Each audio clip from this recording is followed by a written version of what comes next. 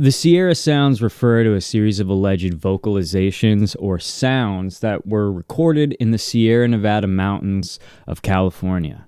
These recordings are often associated with the phenomenon known as Bigfoot or Sasquatch, and these sounds are claimed to be the vocalization of those creatures. But what if it's something else? Could it be that the sounds are coming from a different species altogether, or maybe even feral humans that have eluded us for years in these national parks and these vast expanses of government land? Well, I'm your ghost, John. This is the 21 CD podcast. Let's get into it.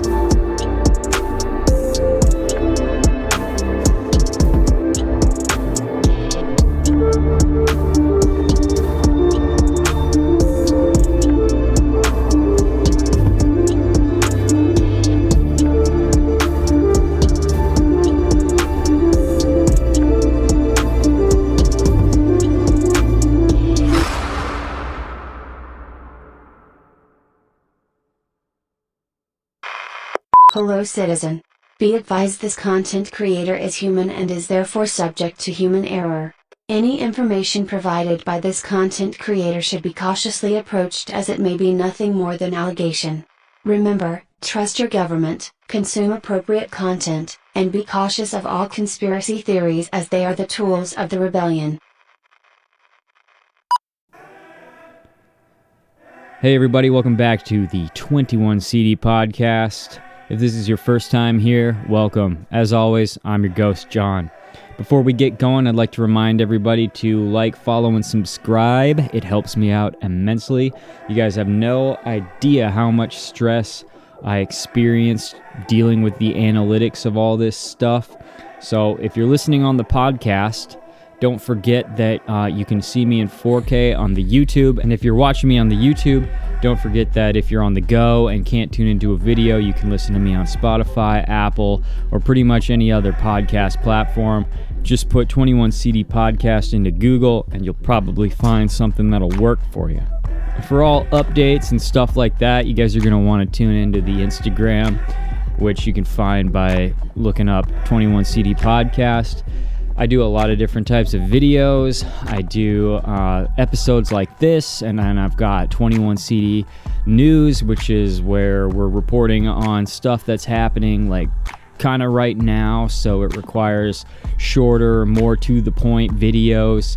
And I also do some monster hunting and stealth camping stuff that you might want to tune into the YouTube for as well. There's updates on all that stuff on Instagram, so you can see when I post videos. But it doesn't hurt to subscribe and drop me a like. I don't do any of this for money at this point, so it doesn't really hurt you to support your favorite dystopian podcaster. All right, so I've got a really fun one for you guys today. It's one of my absolute favorite Sasquatch sightings, I guess, if you can call it that. I don't know if it actually falls into the category of sightings because it's nothing that was seen, but more something that was heard. So I guess it's audio. It's a Sasquatch hearing, if you will. And this particular hearing, this audio clip, has haunted me and others since it became famous, thanks to Missing 411: The Hunted by David Paulides. So we're going to be going over that today on the 21 CD podcast, and it's a doozy. I can't wait to get into this one. So there's a couple other things we're going to discuss too over the course of this episode, but that's going to be our main topic for today. So let's get into it. In the early 70s, a man named Ron Moorhead and his associates claim to have recorded some mysterious vocalizations while at their hunting camp in the Sierra Nevada mountains. They captured a series of strange, guttural, sort of howling sounds that they believe could not be easily attributed to any known animal. These recordings have been subject to debate and controversy within the cryptozoology community and among those interested in Bigfoot research. They're pretty crazy. I'm going to play them for you here in a bit. Ron Moorhead claims that he had been hearing these sounds for quite some time prior to recording the ones that were picked up by David Paulides and made famous on his film, Missing 411 The Hunted, which a lot of us have seen. If you haven't seen it, it is pretty solid. Check it out. David hates not being credited for his work, even though this technically isn't his work. It's work that he's kind of plagiarized with permission, but nevertheless, I'm going to go ahead and say that some of this stuff has been spoken of by David Paulides. If I was a more petty person, I wouldn't have even mentioned him, because again, this isn't really his material. This is Ron Moorhead's material, but nevertheless, it was made famous by his Missing 411 movie. So there you go, David, eat your heart out. Anyway, we're going to play the sounds here right now so you guys get a good listen right off the bat. You know what we're talking about. This will be a good refresher for those of you who have heard the sounds before, and a good introduction to the sounds if you haven't heard them before. They're pretty creepy. Brace yourselves. Here we go. We're in for a night, Bill.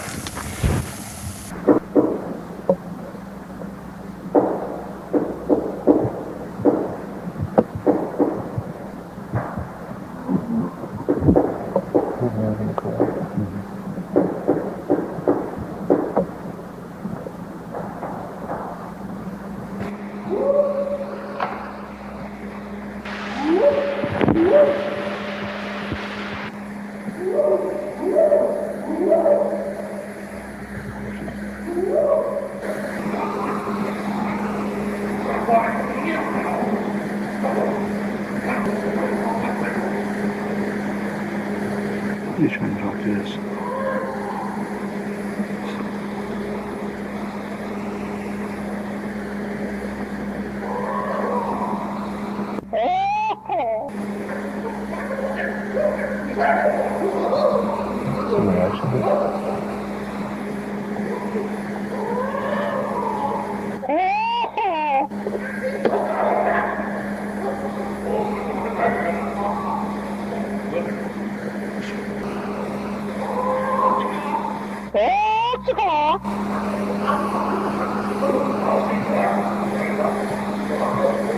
Like a wacky.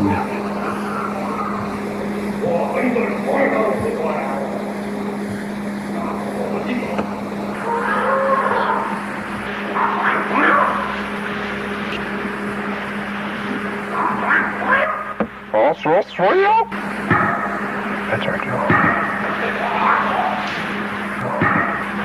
Now we know where we can look for tracks of life for sure.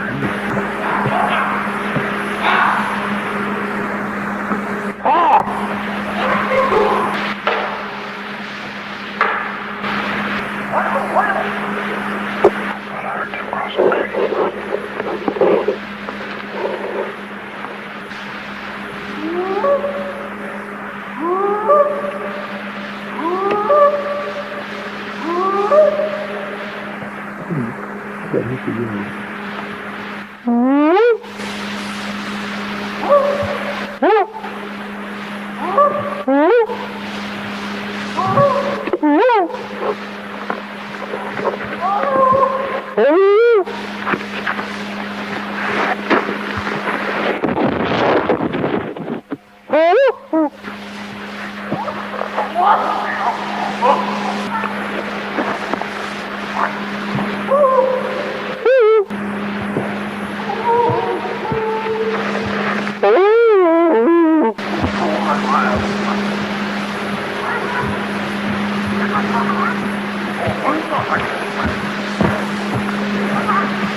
There's two of them across the creek at the big rocks.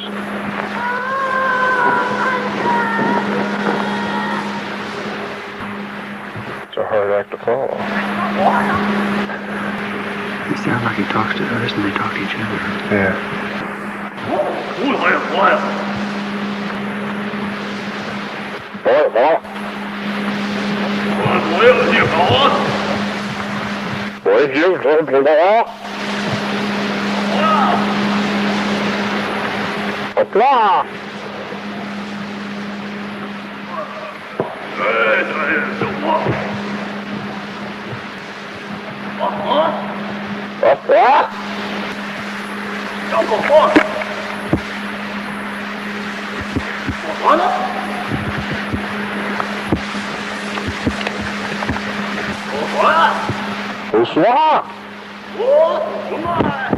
Right there, I just seen movement right through there. Pretty creepy stuff, not gonna lie. Everybody that I've talked to about these sounds has just expressed how much they creep them out. And I've got to agree. When I heard these on Missing 411 The Hunted, I was immediately intrigued. And I was pretty creeped out, pretty spooked by it, because I've heard Bigfoot sounds before and like the knocking and the whoops and all that kind of stuff, but this was something different. This was something special, and it was recorded in the 70s, so this wasn't a new thing, which was very intriguing to me. But I'm going to be honest, Bigfoot isn't really my first thought, okay? Some of the reasons for these things being called Bigfoot include the fact that Moorhead has actually casted footprints that he's found in the area. And they've been as big as 21 inches long. He talks about how the day that he recorded these sounds, he casted some feet. He found some footprints. And he had heard even some other sounds in the area that day as well. It was pretty accepted that he might go up there and hear something, or he might go up there and not hear something. But either way, this wasn't the first time he had heard these sounds. A lot of people are like, well, how did he know to record the sounds? How did he record it? He had an idea that these sounds might happen because he had been out here before and he had heard the sounds before. And one day he set up a microphone outside the camp and the sounds happened. They heard the sounds. But he had been hearing these things for a while, and he had been casting the footprints, and he had been bringing forth alleged evidence that there were Bigfoot or Sasquatch creatures in the area. He talks about how the day he recorded these sounds, there were more sounds going on, and these were just the best captured. He also found large footprints, much larger than a man's, but of course looking like a giant bare foot of a man. And after hearing the sounds the next day, Moorhead and his group went to the area where they thought the sounds were coming from, and they captured more footprints there. Some people are quick to recommend the possibility that this could be an example of feral people, and I'm one of those people. And these feral people allegedly reside in vast expanses of the wilderness in North America. This is a pretty hot topic right now, the idea that there are feral people in the national parks and in these large areas of wilderness that not many people go to. I'm not opposed to this idea at all. You guys know that I'm one of those people who believes that there could be collections of ferals, or at least unknowns, living in a somewhat civilized fashion deep within the national parks and other large areas of wilderness. Some of us who listen to this channel have even experienced that kind of stuff. So I'm not going to throw this idea out the window just yet, but those who are more in the camp of the idea that these are a different species say that the theory that the Sierra sounds could be attributed to feral or wild humans is unlikely.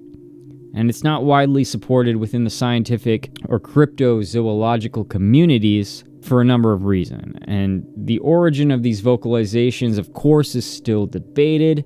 There are several reasons why the feral human theory is considered improbable, though. The vocalizations themselves, the Sierra Sounds recordings, they consist of guttural, howling, and unusual sounds that don't really resemble any sounds that typical humans make. And yet they seem to have a speech or communication characteristic to them. Feral humans, if they exist, would probably still use, at a minimum, recognizable human sounds, or at least traces of human language that could be picked up in a recording. Some sort of communication method that makes sense to the average human. But these sounds, I mean, after hearing them, these sounds seem to not represent or in any way seem to carry the characteristics of human-made sounds. The vocal range itself is another thing that people who are against the feral human idea bring to play. The vocalizations captured in the Sierra Sounds recordings are often described as having a much wider vocal range and depth than what can be not only expected but even created by a human being, feral or not. And these include sounds that are difficult for humans to even mimic, let alone use as communication. One of the other ideas is that there's just the Sierra Nevada mountains are just not a great place for feral humans. It's remote and rugged wilderness, making it unlikely for feral humans to survive. But to me, that doesn't really make sense because that's exactly where feral people would be. The fourth and final reason for why this maybe isn't feral people is just kind of the fact that there's no evidence supporting that. But that's kind of the whole idea, right? We don't know, there's not a whole lot of evidence that this sound came from anything, except the only evidence we have is that this sound exists. We don't know where it came from. We don't know what it is. We don't know who made it or what made it. So it's kind of funny to say that there's a lack of evidence. Of course there's a lack of evidence.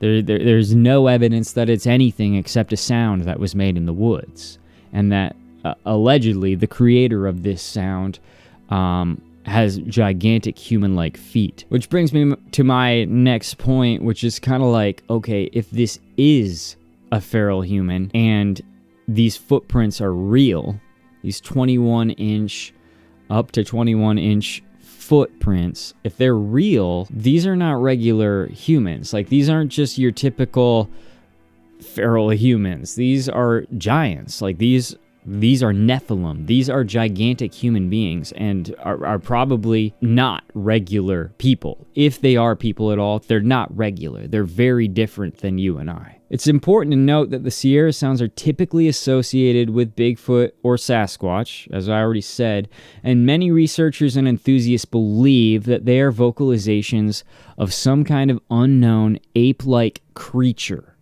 rather than feral humans. But the true origin of these sounds obviously is up for debate. We have no idea what they are. But there has been a number of investigations, and Ron Moorhead, the guy who recorded the sounds, has done the most famous of these organized investigations, and that's mainly because this guy is kind of the only guy who knows where this place is. The sounds were investigated by military cryptolingual professional Scott Nelson, only to find that the sounds were indeed legit. These were not made up. And not only were they legit, but they were made in some kind of fashion that implied that it was also a form of language. These were not just random sounds in the woods. So they probably weren't made by, say, an animal or something like that. The story goes that Scott Nelson is a cryptolinguist with the Navy, or he was, and his job was to intercept radio signals. He would then transcribe what he heard. Even if it was a language that he didn't really know, he could use machinery to sort of loop, slow down, replay, do whatever he needed to do to the sound to eventually crack a code that was in those radio signals. And a lot of that was languages that maybe were made up for the purpose of concealing a message or something like that. His job was to essentially break that down, digest those sounds, and turn it into a readable language, if you will, and then decipher the message. So this guy, and I've seen some stuff on him, he did not believe in Bigfoot at all. And he's kind of an intrinsic character, but he was not a believer. And his son wanted to do a report for school about Bigfoot. And he was kind of asking his dad, like, hey, dude, what do Bigfoot sound like? And his dad was like, I don't really know. So they Googled Bigfoot sounds, and the Sierra sounds kind of came up. And he couldn't believe it when he heard, so he immediately reached out to Ron Moorhead and was kind of like, let's dig into this a little bit. And they used military gear to sort of crack this code and end up writing paperwork and actually getting literature put out there on these sounds.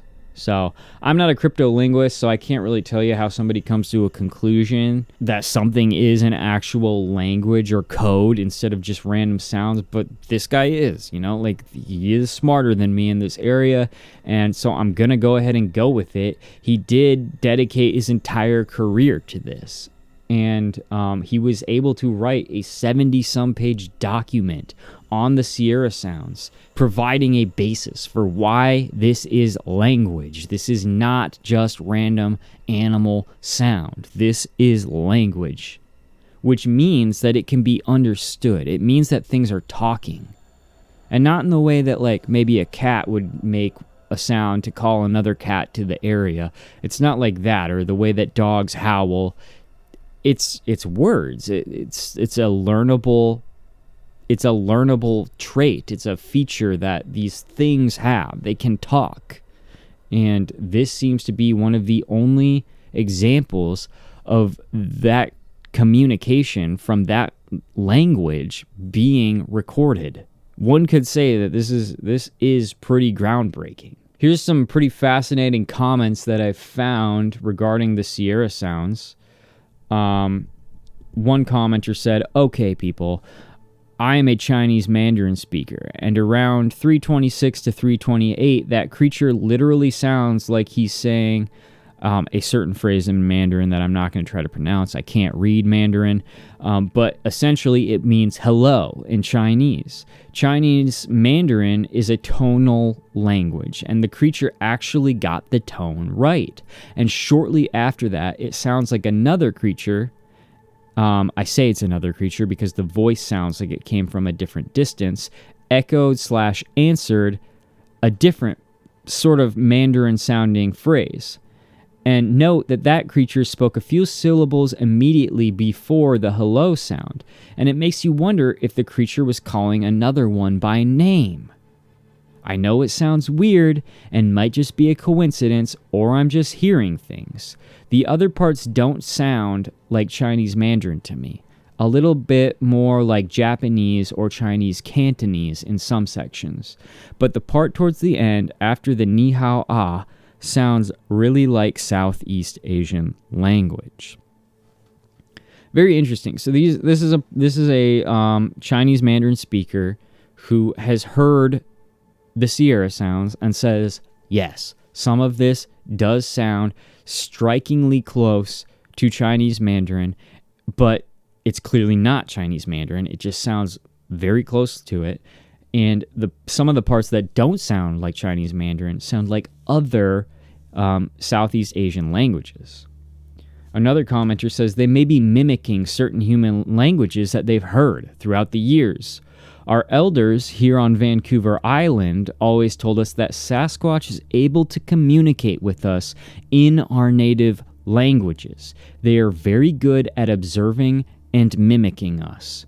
I hear a mixture of Mandarin Chinese and English, along with some other of their own dialect.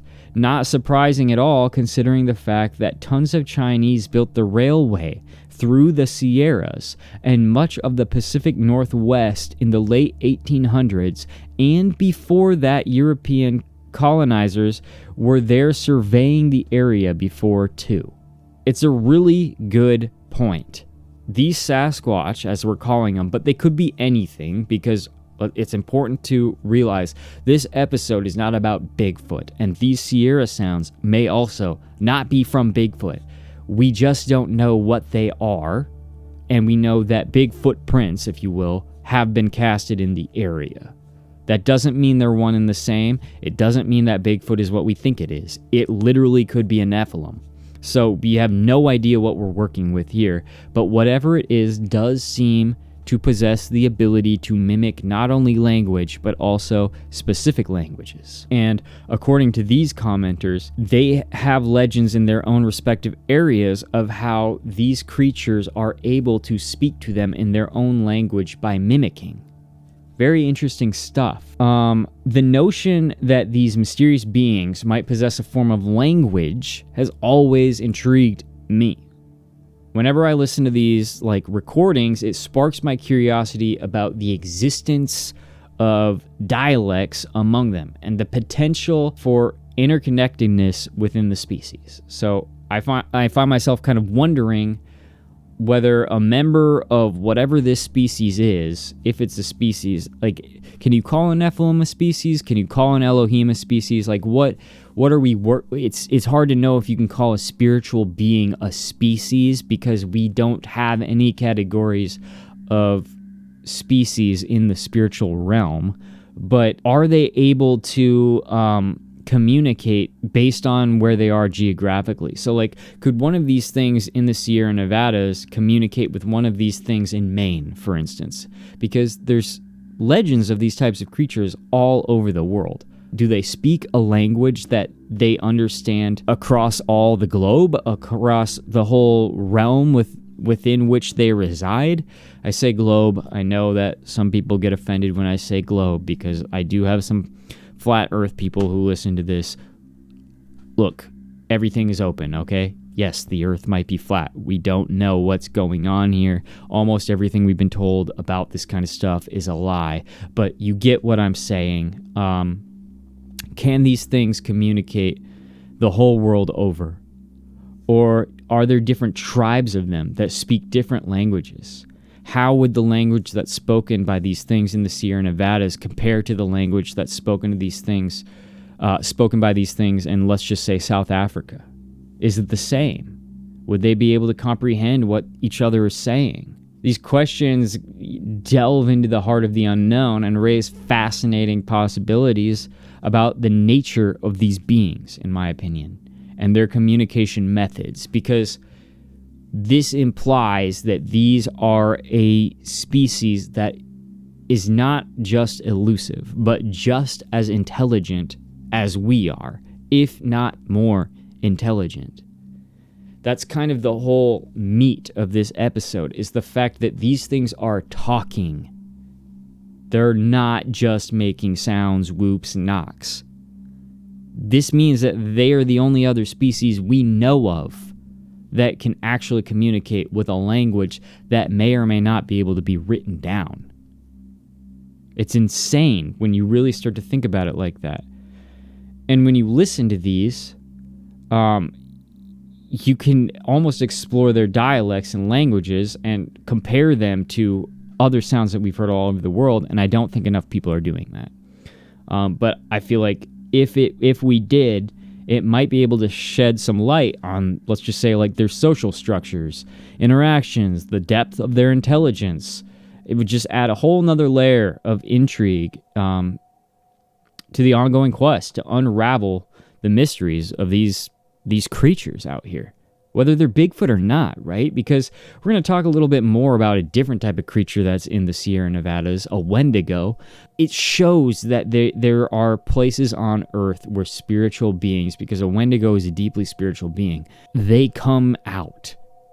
So, anyway, the way their voices change at the end of these recordings is something that really kind of grabs my attention. It's almost like they're asking questions when you really listen to them. I'll play them again. We're in for a night, Bill.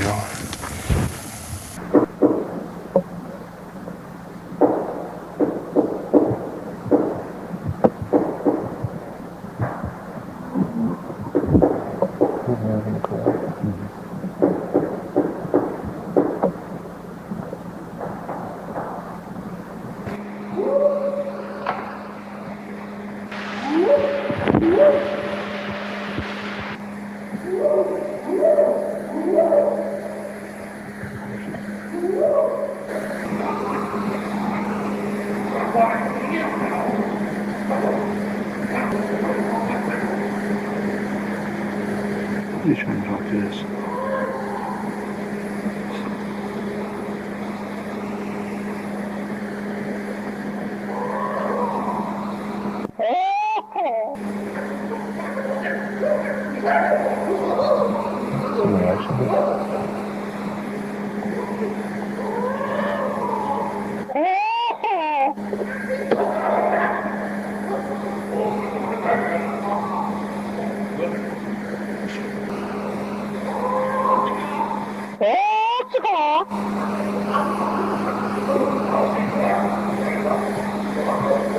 Like you're laughing now.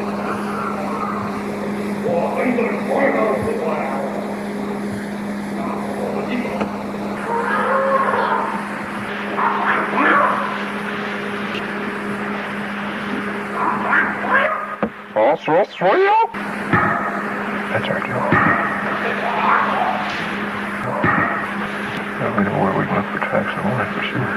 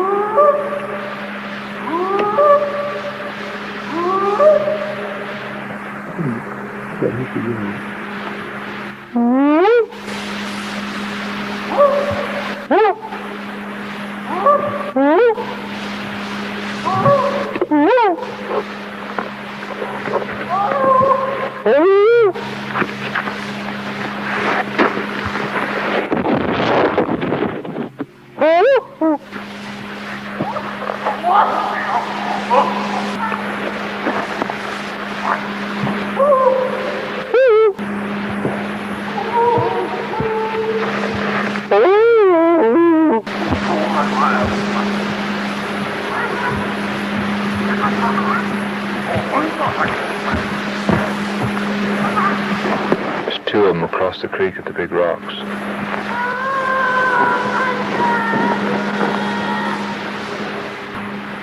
It's a hard act to follow. He sounds like he talks to others and they talk to each other. Yeah.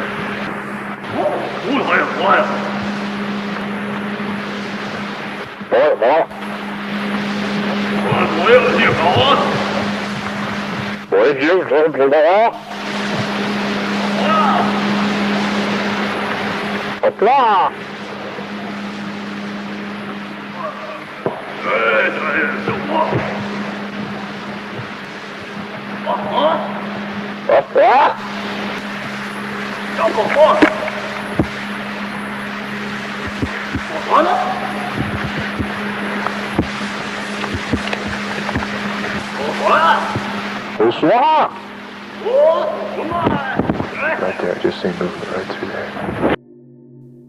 It's almost like they're asking questions, just like how humans do when they're curious. There's like you can hear their voices go up, and at the end of some of their talk, it's almost like they're wondering, or there's a mystery to their sounds. They're trying to understand what the heck is going on, because there's some situations during these recordings where Moorhead and his posse are kind of making sounds back at them, and it's almost like these things are like, what are you saying? What are you doing? But then also, why are you doing it? There's an intrigue to the questions. It makes me wonder what they are trying to say or understand, or if they're just being mad in a way. You know, some of this sounds really angry. It's one of those things that makes these recordings so interesting. Really makes me want to know more. Like, go out there myself and record something if it's indeed happening. But of course, I'll probably never get that opportunity. There's a couple other interesting details to consider. If you see me looking over here at my notes, it's not that I don't love you guys. It's just that there's so much to go over that I've got some bullet points here. But Moorhead claims he has heard metallic sounds in this same area.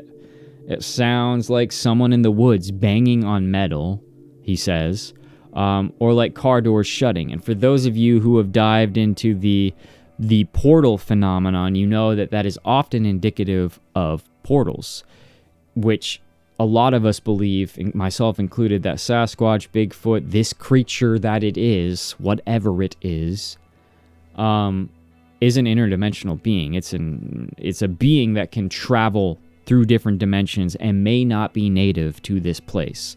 And if it is from this place, it's probably because the Elohim created it. This does not seem to be an act of God, if you ask me. But I don't know. I have no real proof that it's not. It just definitely seems not on our team. But again, who can say for sure? It's really up to your interpretation of what Bigfoot is. In my opinion, it's extremely possible that this thing is some kind of Nephilim, and I'll probably take that to my grave, but until further evidence comes out supporting the idea that this could just be some giant mammal in the woods, this is probably an interdimensional phaser Nephilim type being, okay? And if Ron Moorhead is hearing metallic sounds in these woods, he says he sees orbs, he says he has heard humming that is indicative of sound manipulation and frequency changes. All that kind of stuff is very indicative of portal activity.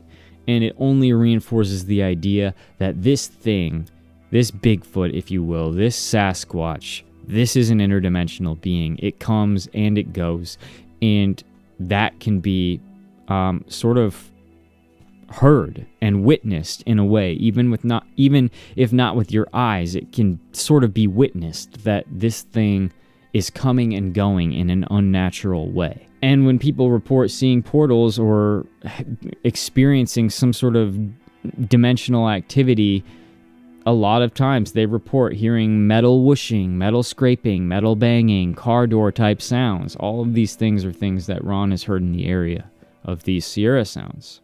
So is it possible that they were portaling in and out? Or is this a coincidence? Is this a hot spot of strange activity and they are just another layer of strange things going on in the Sierra Nevadas? Let's get back to the sounds themselves a little bit. Audio analysts have scrutinized these recordings extensively, as you can imagine, and they've kind of reached a consensus that with the technology available at the time, it would have been nearly impossible to fabricate such a recording. The sounds captured are particularly remarkable for their range, spanning octaves beyond the capacity of human vocal cords, executed seamlessly in a single fluid expression. Moreover, the reaction of animals to these sounds adds another layer of intrigue. When exposed to the Sierra sounds, animal behavior shifts markedly, often showing signs of distress or confusion, suggesting recognition of something unfamiliar or unnerving. This phenomenon is but a glimpse into a deeper, more complex mystery. The creatures responsible for these sounds might indeed be more than just figment of imagination. The pieces of this puzzle, when put together, paint a compelling picture, urging even the most skeptical to pause and consider the possibility that these elusive beings might actually exist. This might not be a fake sound.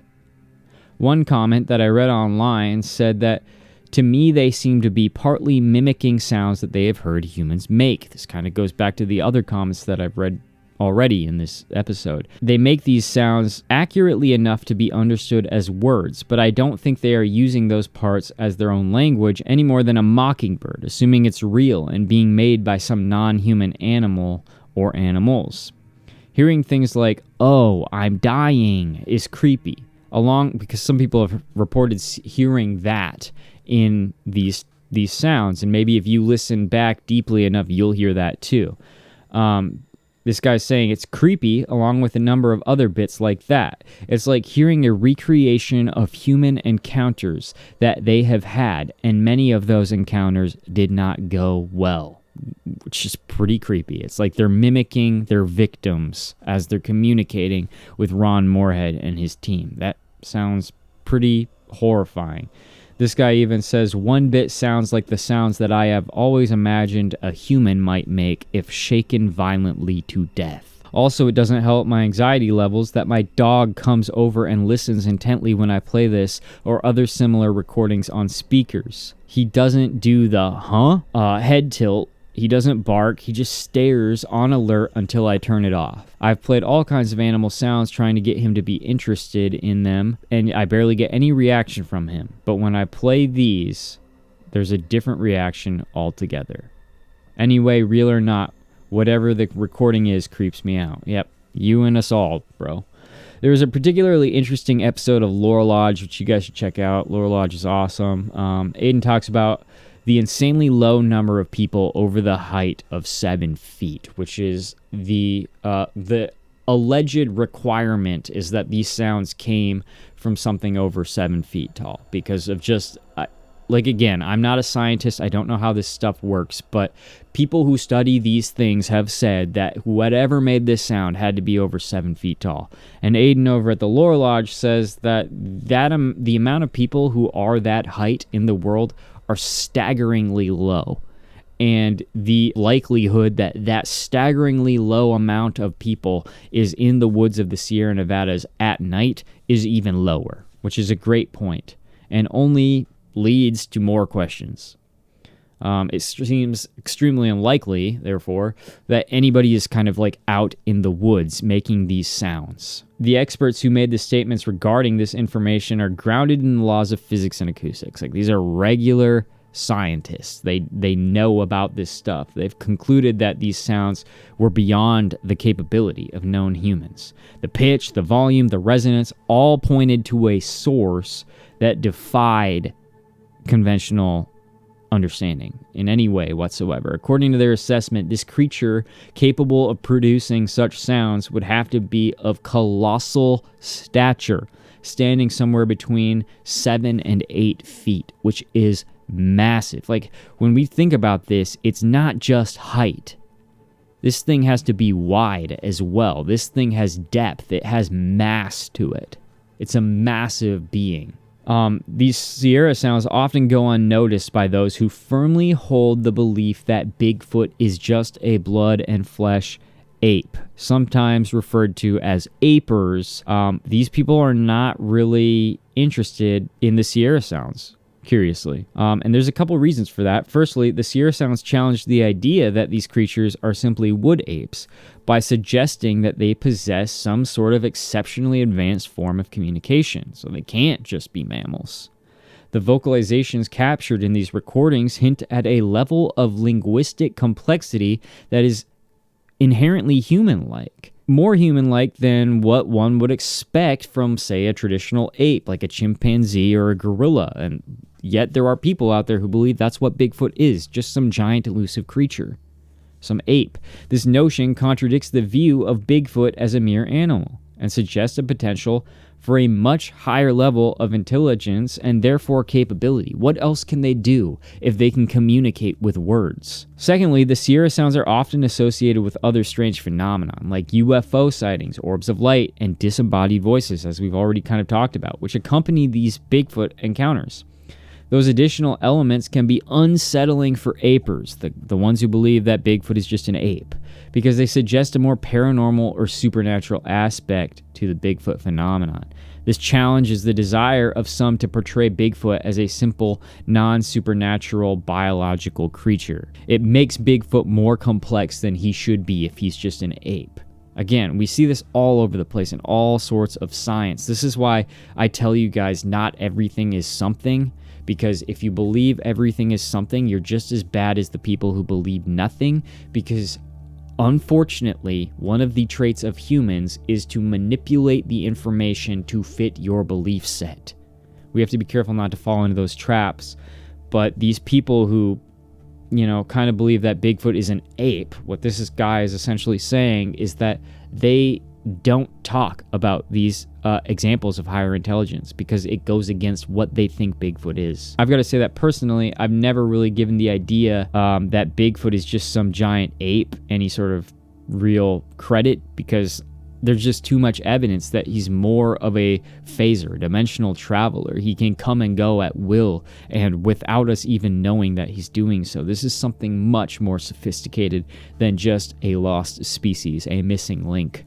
So, there you have it. An interesting thing that amateur Bigfoot hunters have discovered, though, is that when they play these sounds in locations where they believe to have had sightings, so like amateur Bigfoot hunters will play these sounds on their speakers or on their sound boxes, whatever, they experience weird stuff. Like, there's stuff that happens in response to these sounds being played in the wilderness.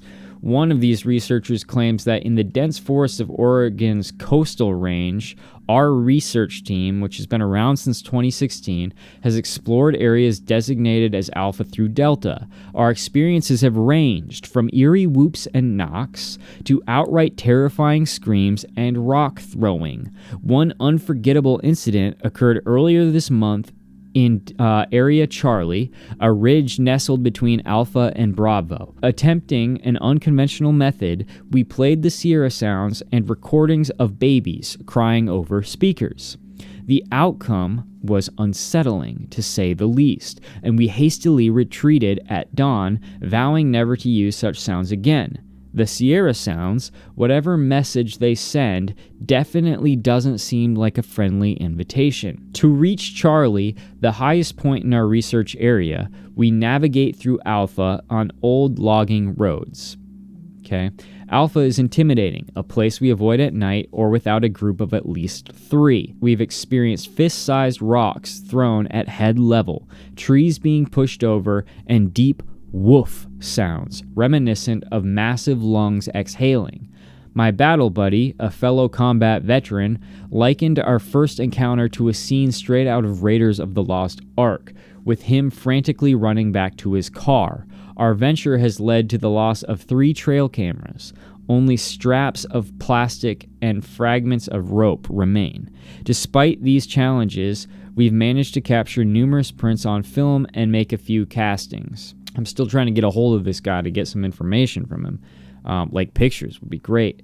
Our group of 5, all combat veterans and 1 police officer, decided to experiment with the Sierra sounds and a crying baby recording one evening around 10 p.m., planning to patrol Alpha afterwards. I was sleeping in my Rover, wearing electronic earmuffs to drown out my buddy's snoring, when around midnight an ear-piercing scream jolted us awake.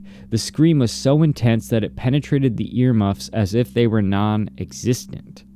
We all emerged from our tents, equally shaken, confirming that everyone had heard the scream. The closest comparison we could find was a chimpanzee's call that we found on YouTube. After regrouping and a quick coffee, we set out on a planned patrol down Alpha, moving in 2 staggered groups. About 45 minutes into the walk, the lead group radioed about a bizarre tree structure that they had discovered on the road, a large X with a horizontal line across the middle, 10 feet up a tree. Something strange that seemed right out of a Blair Witch Project. It was a sight that wasn't there when we drove past hours earlier. A game trail was behind it, skirting the west side of the ridge. Realizing the gravity of the situation, we quickly returned to camp, deciding to leave at first light. Our experience suggests that the Sierra sounds deeply agitate whatever inhabits these locations. I believe it was only our group's size that prevented a more dangerous encounter. And we have to take stories like this with a grain of salt, but I don't have any reason not to believe that playing these sounds in the woods might garner some kind of adverse effect. A surprising amount of people have come forward claiming they've heard parts of these same sounds in the woods on their own. Without playing these sounds first, they've heard similar sounds. One such account goes a little like this. I think the recording of the Sierra sounds is as real as it gets. I normally prefer not to talk about my experiences because I don't have any evidence to prove that they actually occurred, so I can hardly blame you if you don't take me seriously, but I've heard these sounds before, and I'm convinced that the Sierra recording is 100% authentic. One night in July, a friend and I were sitting on my porch. Around 11:30 p.m. is when it happened. We were having a conversation when we heard what first sounded like a very large dog barking. It was loud enough to stop our conversation and grab our attention. The barking kept getting deeper, louder, and more guttural until eventually it sounded more like a gorilla doing an ooh, ooh, ooh than a barking dog.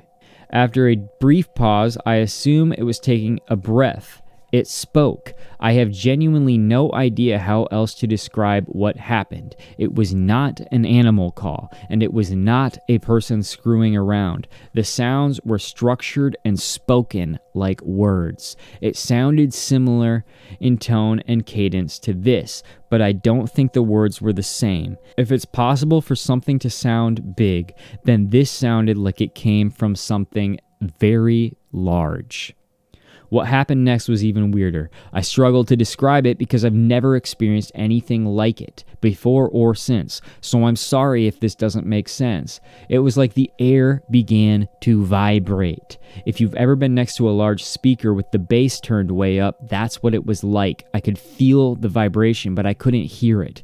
It was like I was experiencing a very loud noise, but only with my sense of touch and not my hearing. It was extremely unsettling, and I think it only lasted 5 to 10 seconds. I'm still not entirely sure what it was. So, look, these stories are obviously witness stories. You have to do with them what you will. But I was finding an overwhelming amount of people who were coming forth reviewing the Sierra Sounds, saying that they had either heard these before or used them in research of their own with staggering results, and I don't think that should be overlooked. When it comes down to whether these sounds are real or not, it will always be a debate. I'll tell you this much for sure, though. There are things in those woods, and when the wilderness gets deeper and you go farther into it, the likelihood that you will experience these things becomes greater. So is it possible that these cryptids just get more confident the farther into the depths of the forest that they are? They get braver. They know that they are in a place that they can easily win in a fight or slip away without a trace into oblivion. There are fewer witnesses out in the depths of the woods, and this leads to nothing but more questions, fewer answers. It seems kind of ignorant to say that these sounds are fake, knowing that so many people have had similar experiences. So some of you guys have heard my story of the Wendigo woods, where I had a sighting in the woods of Wisconsin. I'm fairly certain it wasn't a Wendigo, and I'm at this point leaning towards maybe something more like a skinwalker, maybe a Sasquatch or a dogman. I'm not exactly sure. But nevertheless, there does appear to be a story of a Wendigo of sorts roaming the Sierra Mountains as well. And if you guys are wondering where you can hear that story, episode 1 of the 21 CD podcast. It's also on the Confessionals with Tony Merkel. It's called Wendigo Woods. You can look it up. But we jokingly in my family called it a Wendigo, and the name just stuck. But the reason I don't think it's a Wendigo, those reasons can be gone off, can be listened to, can be experienced. You can hear it for yourself on episode 1 of this podcast, where I talk about it with my brother or somebody else who experienced the same thing. But I digress. We're moving into another story in the Sierra Nevada mountains because this seems to be a hot spot of bizarre activity, spiritual, paranormal, supernatural, unexplainable phenomena. And there's just the craziest story of a Wendigo here as well, which I just could not overlook. So the Sierra Nevadas have long had tales of very strange entities lurking in the woods. And one such entity is described as pale, very thin, and almost skeletal, a woman form standing about 7 feet tall, wearing no clothes, with freakishly long arms and a twisted, deformed face, with a filthy, matted mane of light hair. So this bestial wretch is usually said to look like a sort of feral witch, and her reputation is that of a fierce and aggressive presence that will attack people on sight with her sharp teeth and claws. This creature is known as Penelope. Nobody that I was listening to tell this story described her as a Wendigo, but as I was reading the insane amount of experiences from alleged eyewitnesses regarding Penelope, it sounded like a Wendigo. It sounded like a Wendigo. And for those of you who are into this kind of stuff, a Wendigo is essentially a cannibalistic person who has been overcome by a demon. And we don't know exactly if the demon is what makes them cannibalistic or if the cannibalism is what makes them susceptible to demon overtaking, demon possession, if you will. But either way, this is a Wendigo. This creature is known as Penelope, okay? And the legend has spawned several versions of where she came from and how she came to be this way. The main story goes that Penelope was once a normal human woman, like everybody who becomes a Wendigo starts out. And she was traveling through the Sierra Nevadas with her husband when they were hit by a brutal snowstorm that caused the car to go off the road. The husband was supposedly killed instantly in the crash, with some versions of the story offering the gruesome detail that he was decapitated, and even that his head had ended up in her lap, and Penelope ran off into the raging storm in a panic, her husband's blood all over her body. The main version of the story says that she wandered the wilderness for several days, delirious and half mad, living off of berries and insects, and when another storm hit, she sought shelter in a large metal drum that had contained some kind of toxic waste that had sort of seeped out to create a sludge of some sort. It was not the most ideal shelter, as you guys can imagine, but she apparently was so cold and desperate for shelter that she crawled up in this thing and stayed the night. But this foul, toxic sludge allegedly changed her and mutated her to become the beast that she is known as being today. To me, this seems a little bit too like Marvel supervillain to be the actual story, but I couldn't ignore how many people had actually said they witnessed Penelope. And that's why this, like, I believe this story, but I don't think this is the origin story. She sounds like a Wendigo. She sounds like a female Wendigo, a being that went into, a human that went into the woods and was changed through not only her body being compromised, but her soul being compromised. In any case, the reason I'm even telling this story in conjunction with the Sierra Sounds is because this took place in the same area. And it's bizarre to me that this seems to be a hot spot for not only maybe like UFO, alien, Bigfoot, but also possibly demonic activity. Is the Sierra Nevada mountain range, this whole location, a battlefield, a spiritual battlefield? Is there war going on here in the wilderness, in the spiritual realm? Or are these same things that made the Sierra Sounds demonic, just like Penelope, if she is a Wendigo, would be a demonic entity? It's really hard to tell. It's anybody's guess, and we may never know the answer, but this seems like a location that is overrun with spiritual, supernatural, paranormal activity, and not really in a good way whatsoever. The people who recorded the Sierra Sounds described feeling like they were in danger. I just don't think that if these were good entities, you would feel in danger. Even in the Bible, when men are afraid of angels or miracles, it's not in a bad way. It's in a way that grips them, but they are in awe. That fear is more of, I am in awe.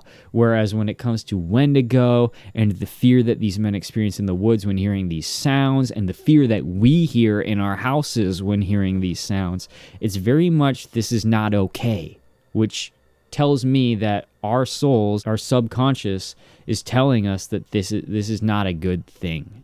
And I find it ironic that there is a bizarre, extremely popular case of a Wendigo in this same area. So do with that what you will. I haven't seen anybody put these two stories together in the same podcast or same write-up, but I don't know. I can't really ignore it. So anyway, I'll get back to Penelope. Some versions of the story say that she was tracked down by a posse of law enforcement and proved to be impervious to their weapons. The bullets were not hurting her. She attempted to kill them all.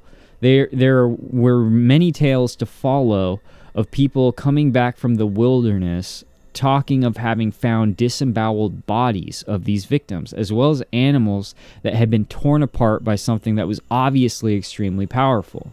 And although this seems as if it must surely be nothing more than some kind of urban legend or spooky campfire story, I could not ignore the amount of people who actually claim, like, not just stories that were like told, but commenters who had stories of their experience in the Sierra Nevadas, allegedly seeing Penelope or some kind of walker in the woods, if you will, a crawler, some sort of rake type Wendigo type species that they saw out there, and they swear by it. There's a lot of good accounts, but some of the best come from paranormal researcher Lon Strickler of the site Phantoms and Monsters. He's been investigating Penelope for years and has collected several first-hand accounts from people who claim to have encountered her. One of these accounts is from 2012 from an eyewitness who prefers to remain anonymous, and that's fine, who claims that at the time he was camping in an RV with his teenage son near Tioga Lake in the Sierra Nevada mountains. And on this evening around 12:30, he claims that his son had gone to bed, but he was going to stay awake for a little while,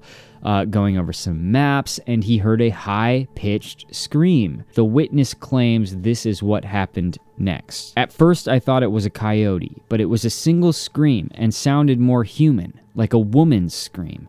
I opened the RV door and stood silent in the doorway. Once again, the high-pitched scream started. This time, it woke my son. We both stood at the door as the screams continued from the direction of the mountain, and after about 10 minutes, they stopped. So we both just went to bed. Something startled me while I was asleep because I woke in a panic. I looked at my watch. It was 2:40 a.m. And then all of a sudden, the same high-pitched scream erupted outside of the RV. As it started, my son jumped out of his rack and fell to the floor. I grabbed my .44 just in case, and as we looked out through the windshield, the moonlight was bright enough to illuminate a tall, thin creature with pale skin. My son yelled that it was a zombie. And it did look like a female form, but the face and the rest of the body were absolutely horrible. It reminded me of an old witch, no clothes, deformed face, light-colored hair, long arms and legs. I figured it stood almost 7 feet tall, and it was walking away from the RV toward the lake. I had seen enough. I made sure everything was ready to go and drove out of there ASAP. We ended up near Mono Lake.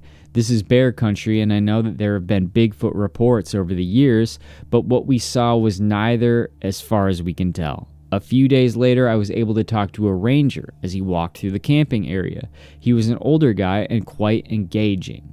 I described what we witnessed, and my son verified what I said. The ranger got a serious look on his face and said that over the years, something similar had been reported more than a few times. He said that they called it Penelope, but he didn't know why it had that name, and that's all he knew. This is pretty weird, pretty strange, and apparently rangers are actually pretty familiar with the tales of Penelope. Another account from Phantoms and Monsters comes from a guy named Steve M., and supposedly happened just after Labor Day in 2014. At the time, the witness was camping in the Mono Lake area at about 5:30 p.m., They were loading up their gear into the car and preparing to head out to a nearby creek to do some fishing. As he drove along the dark road along with his wife and stepson, the witness claims that he saw something thin and pale crawling along low to the ground, and it was so odd looking that he slowed down to get a better look. It was a decision that he would soon come to regret, he says, because what he and his wife saw in those headlights was definitely no normal animal, and more like something out of a nightmare. The witness describes it like this. The first odd thing that I couldn't understand, besides the way that it was crawling so low to the ground, was that unlike a hunting cat, the legs were just all wrong. Its knees seemed to be bent backwards, but it was like running on them. My thought was that it was an escaped sheep or some kind of goat that had broken knees, and it was just running for its life because it was moving so fast. As it came closer and closer to us, I could hardly take my eyes off of these legs. I still lay awake at night puzzled by how they were working. I've never seen any mammal move that way. The closest thing would be a crab or some kind of insect. The front and back legs moved together in unison. There was no bouncing, swaying, galloping, or jumping like that like you would get from a mammal. This creature's torso, which was about 4 feet long, stayed perfectly straight and low to the ground as its legs and arms did all of the work.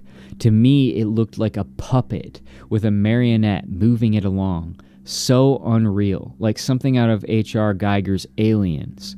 The creatures that they show climbing around super fast with only arms and legs. You could see that it had no fur at all, just pale, sinewy stretched skin over long, skinny, well-defined limbs. At the end of its long, broken knees were long, skinny fingers or claws, a foot long or more. The torso was maybe the size of a large goat, but it also had broad shoulders, very human-like, possibly like this thing could normally walk upright. This is what my wife kept pointing out. The shoulders made it look human. All this was freaky, but we both stared intensely, as if to figure out what it was, like we were in a trance. When, as we got closer, the face became more and more defined. The first second we laid eyes on it, the face and head did not make sense, but I put my mind at ease, saying to myself, well, it looks strange now, but when you get face to face with it, you'll see a goat snout, or a cat canine nose, or a jackrabbit face or something. No. This thing looked like it came out of a horror movie, like a space alien creature or humanoid monster. The nose I was looking for was not there, just a flat opening with 2 nose holes high up on the face. There were no ears, just small holes on the side of the head, but whatever they were smaller than a human's for sure. It had high brow ridge bones, but the skull did not have a huge human cranium, more like the size of a chimpanzee. It had a large chin that protruded, but this part I totally don't get at all. The eyes. I saw these large eye sockets off in the distance, but they never reflected the light. As it came nearer and nearer, I saw the color red. Not like a light that was glowing, but like many veins. The blood within was giving it the darkest color on this pale beast. As we were within 10 to 15 yards away, I only saw sockets and no eyeball, like that of a blind cave fish almost. Now this blew me away. I thought, how is this thing turning its head to glare at me with no eyes? Was it a ghost? But as it passed us and I came to a complete stop, I saw it zip into the chaparral and kick up dust. This thing had been flesh and blood at least for the 15 to 20 seconds that we observed it. I might add there was no smell or anything else that we noticed. I should have taken pictures of the tracks, but I did not think to do it because I was so very puzzled and thought maybe we had witnessed a ghost because of how unreal it appeared. I was also with my family, which I'm pretty protective of. Normally, if I had been alone, I would be on the trail. What this thing was doing so close to a campground puzzles me. My wife said, even though I was only thinking it, this thing seemed intelligent and was creeping in the dark, mad at us for discovering it. The mouth was closed, but it had tight closed lips that almost seemed to grin. I did not see any teeth, large canine or flat herbivores. Its skull was that of a predator though, not prey, with eye sockets positioned on the front, not on the sides. I have seen a great many extraordinary things in my life, so I have learned to be a great eyewitness and not jump to conclusions, only to observe, make note, and evaluate later. My theory remains that this is some kind of battleground for spiritual beings that are coming in and out of dimensions that we can't access. So listen. That might feel like it's not related at all to the Sierra Sounds, and it may not be related to the Sierra Sounds. But on the 21 CD podcast, I try to connect dots. I don't just talk about a cryptid. I try to see how it relates to us today. And when there are many sightings of different things going on at the same time, I try to connect those things as well. Why are there so many sightings in an area? These things are happening in the same exact area. People are seeing UFOs. People are hearing sounds like scraping and metal and whooshing and frequencies changing that are indicative of portal activity. The conclusion that I feel like I have to come to is that there is something going on in the Sierra Nevada mountains. This appears to be some kind of spiritual hotspot because I do believe that this Penelope thing is some kind of demonic Wendigo type. And that makes me believe that the Sierra Sounds could be very closely related to wherever that creature is coming from. A lot of people say that Sasquatch and Bigfoot and Dogman, these types of things, they are guardians of portals. And that may be. When it comes to these mountains, I could see how there could be guardians of portals and attackers from other realms trying to maybe get through those portals or get to those portals that could see Nephilim activity in these deep wilderness areas. It's up to you guys how you guys interpret this information. I just want to give it to you because this stuff is absolutely crazy, and I haven't heard anybody talk about this stuff in the way that we're doing it today. But there you have it. I'll leave you with this. There's a host of sightings of all types, ranging from UFOs to Penelope. There's no denying that the Sierra Nevada mountains are a strange and extremely scary place. Makes me want to go there so bad. It seems that the beasts out there are extremely confident. They're not afraid to be seen. And they aren't afraid to make a little noise either. Listen, guys, don't forget to like, follow, and subscribe wherever you're listening or watching. I'll talk to you guys very soon. Remember, stay alive, don't drink the water, and question everything. Later.